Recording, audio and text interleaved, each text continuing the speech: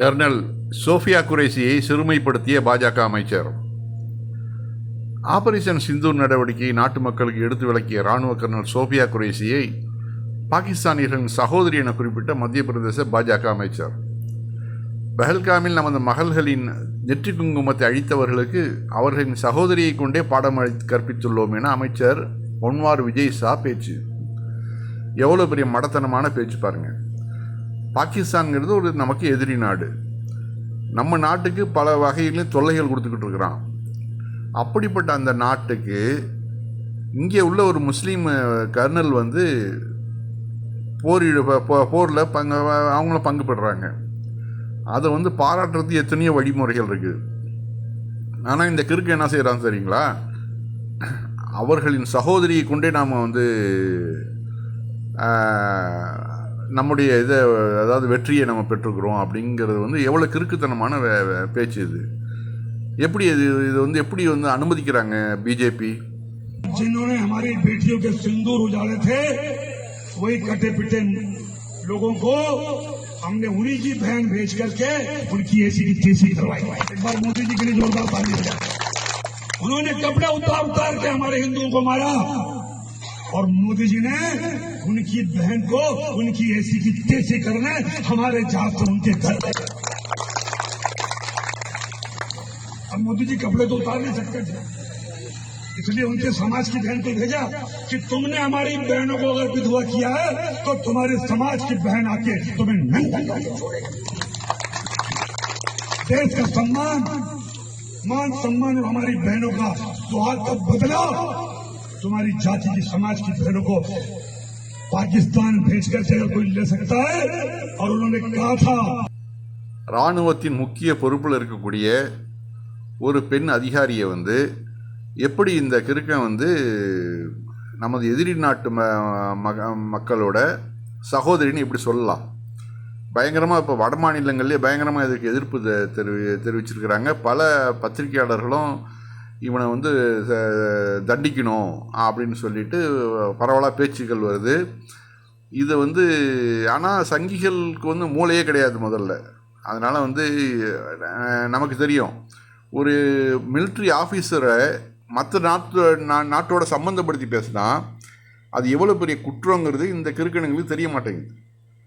என்ன பண்ணுறது? அவர்களுடைய வளர்ப்பு அப்படி, ஆர்எஸ்எஸ் அப்படி தான் வளர்த்துருக்குது. அவங்கள எந்த ஒரு சிந்தனையும் இருக்கக்கூடாது. இந்த மாதிரி முரட்டுத்தனமான சிந்தனைகளை வச்சுக்கிட்டே இந்த நாட்டை அழிவின் பாதையில் கொண்டு போயிட்டுருக்கிறானுங்க.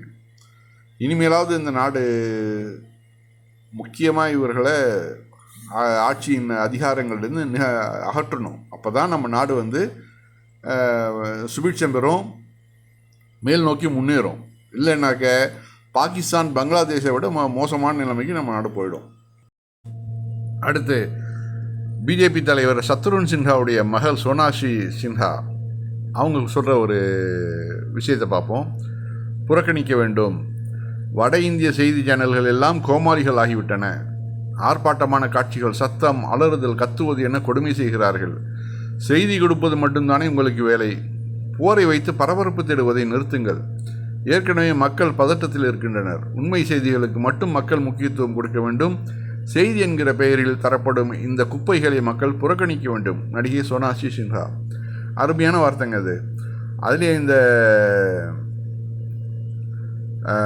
அர்னாப் கோஸ்வாமி இவன் இருக்கிறானா இந்த கிறுக்கன், ஐய அந்த அங்கே நீங்கள் பார்க்கணும். இவனை கொண்டு போய் முதல்ல அதாவது இந்த இந்தியா பாகிஸ்தான் பார்டரில் நிறுத்தி நம்ம இந்தியாவுக்கு எதிராக நீ இப்போ போரிடுப்பா அப்படின்னு சொல்லிட்டு அவனை போய் இறக்கி விடணும். இங்கே என்ன அளவு ஒரு அதாவது முஷ்டியை தூக்கிக்கிட்டு பாரத் மாதா கி ஜெய் அப்படின்னு சொல்லிட்டு என்னடா அது? இப்போ பாரத் மாதா கி ஜெயின்னு இந்த அளவு நாட்டுப்பற்றோடு இருக்கிறிய, புல்வாமா தாக்குதலை முன்கூட்டியே நீ ஒரு நல்ல செய்தி இருக்குது அப்படின்னு சொன்னியே, உன்னை விட ஒரு தேச துரோகி இந்த நாட்டில் யாராவது இருக்கிறாங்களா? அதே மாதிரி இப்போ புல்வாமா தாக்குதலுக்கு நம்ம கவர்னரே சத்யபால் மாலிக் மிக அழகாக சொன்னார். நாங்கள் விமானங்களை கேட்டோம், ஹெலிகாப்டர்கள் கேட்டோம், ஆனால் அவர்கள் தரம் மறுத்துட்டாங்க. இது டேஞ்சரான ஏரியா, அங்கே போனாக்க இராணுவத்துக்கு பாதுகாப்பு இல்லைன்னு நாங்கள் எவ்வளோ சொன்னோம். இதை வந்து பிரச்சனைக்கு இந்த மாதிரி தீவிரவாத தாக்குதல் நடந்ததுக்கு பிறகு நான் வந்து மோடிட்டையும் அமித்ஷாட்டையும் சொன்னேன், அஜித் அவர்கிட்டையும் பேசாமல் வாய் மூடிட்டு இருக்கீங்க அப்படின்னு சொன்னாங்க. இது வந்து எப்படிப்பட்ட தேச துரோக குற்றம் இது? இப்போ இதற்கு தண்டிக்கிறது யாரை தண்டிக்கிறது? இப்போது இப்படி தேச துரோகிகளாக இருந்துக்கிட்டு தேசப்பற்றுக்கு வந்து நமக்கு வந்து பாடம் எடுக்கிறானுங்க.